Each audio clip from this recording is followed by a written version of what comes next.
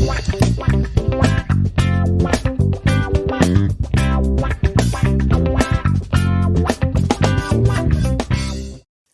tout le monde et bienvenue à la librairie des Lumières. Aujourd'hui, nous allons parler d'une nouvelle nommée La Parure, avec un invité spécial, Guy de Maupassant, l'auteur de notre histoire du jour. Avant d'accueillir notre invité, je vais vous parler un peu de cette nouvelle. Elle a été publiée une première fois le 17 février 1884 dans un journal littéraire et politique nommé Le Gaulois. Guy de Maupassant a écrit près de 300 nouvelles et 6 romans dans sa carrière littéraire. Voici là le journal où a paru La Parure. Comme beaucoup de nouvelles écrites par Guy de Maupassant, La Parure est une nouvelle réaliste, basée sur la misère du XIXe siècle. Maintenant, veuillez, mesdames et messieurs, accueillir Guy de Maupassant.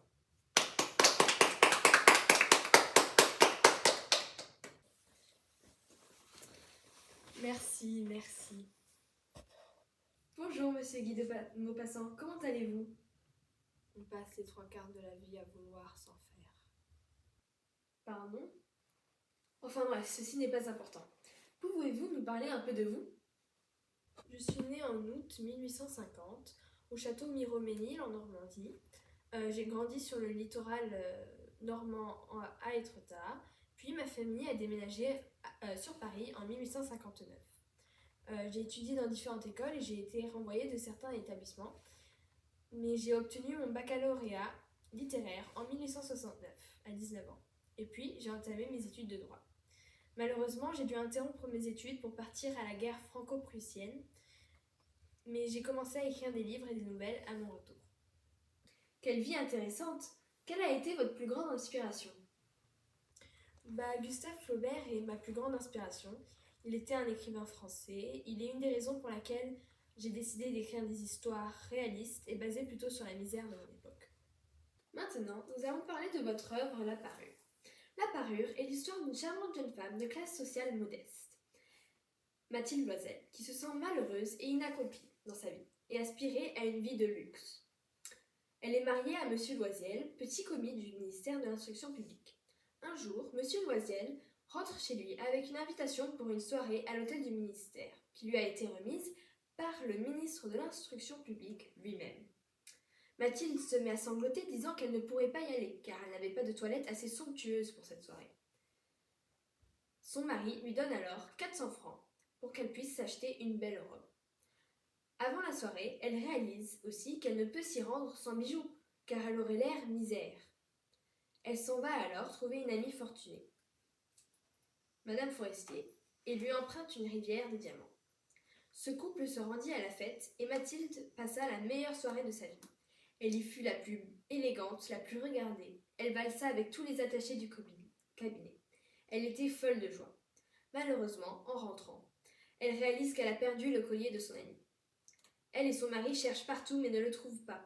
Désespérés, ils décident d'emprunter de l'argent par-ci par-là et d'acheter une rivière de diamants identique à 36 000 francs. À cause de cet événement, leur mode de vie changea radicalement et ils tombèrent dans la misère. Mathilde et son mari durent travailler très dur pendant 10 longues années pour pouvoir rembourser toutes leurs dettes. Une fois les dettes payées, le destin fut que Mathilde, devenue laide, vieille, rude et mal peignée, tombe par hasard sur Madame Forestier, son amie à qui elle avait emprunté le collier, et elle décide de lui dire la vérité. Madame Forestier, toute désolée, lui révèle que le collier qu'elle lui avait prêté était un faux et ne valait que 500 francs. Bien résumé, ceci est bien l'œuvre que j'ai écrite. Je vous avoue que quand j'ai fini la nouvelle, j'étais abasourdie par cette fin tragique. Vous évoquez souvent le thème de la misère dans La Parure et dans d'autres de vos nouvelles. Pouvez-vous nous en dire plus sur le rôle de la misère dans La Parure? Je pense que le thème le plus important est l'insatisfaction. Mathilde était insatisfaite de son milieu social, pourtant elle vivait mieux que 80% de la population. Elle voulait avoir une vie luxueuse, donc elle a méprisé la réalité. Au XIXe siècle, 80% de la population vivait dans la pauvreté. Ils étaient paysans et n'avaient quasiment rien pour soutenir leur famille. Selon vous, quel est le thème le plus important dans La Parure? Au XIXe siècle, la misère était très présente. Ceci m'a beaucoup inspirée, donc j'ai basé la plupart de mes nouvelles sur ce thème qui m'attriste beaucoup. Mon but était de sensibiliser la population sur ce sujet. La misère prend aussi une grande importance dans la parure parce que la famille Loisel dure passer 10 années de leur vie dans la misère car Mathilde voulait paraître riche aux yeux de la société. En effet, vous avez écrit « Elle souffrait sans cesse, se sentant née pour toutes les délicatesses et tous les luxes. Elle souffrait de la pauvreté de son logement, de la misère des murs, de la l'usure des sièges, de la laideur des étoffes. Toutes ces choses dont une autre femme de sa caste ne se serait même pas aperçue, la torturer et l'indigner. » Tout à fait, je voulais critiquer le travers de mon siècle, c'est-à-dire la vanité, la jalousie, les injustices sociales, et tout ça avec une intrigue simple. Je condamne aussi la vanité à travers le personnage de Mathilde.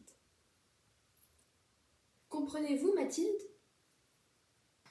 Mathilde est une femme matérialiste et superficielle, qui porte une importance sur le paraître. Mathilde n'avait aucune idée de la chance qu'elle avait de pouvoir manger à sa faim et de ne pas avoir à travailler dur pour soutenir sa famille. L'ironie dans l'histoire est que Mathilde est condamnée à une vie de misère et de travail suite à la perte d'une fausse rivière de diamants, qu'elle pensait être vraie. S'il devait y avoir une morale à cette histoire, ce serait que, à trop vouloir vivre au-dessus de ses moyens, l'on récolte ce que l'on sème. Merci Guy de Maupassant d'être venu nous parler de cette œuvre. Au revoir, à la prochaine. Merci pour cette interview, Madame Plastiris. Au revoir.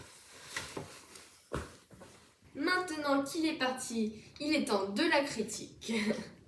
Je pense que cette histoire était très bien écrite et qui respectait tous les codes réalistes et naturalistes de l'époque jusqu'à la chute du schéma narratif qui est surprenant et incisif. Elle nous montre la misère de Mathilde tout en nous faisant réaliser l'absurdité de sa souffrance. La façon dont elle était écrite nous montre pourquoi Mathilde souffrait.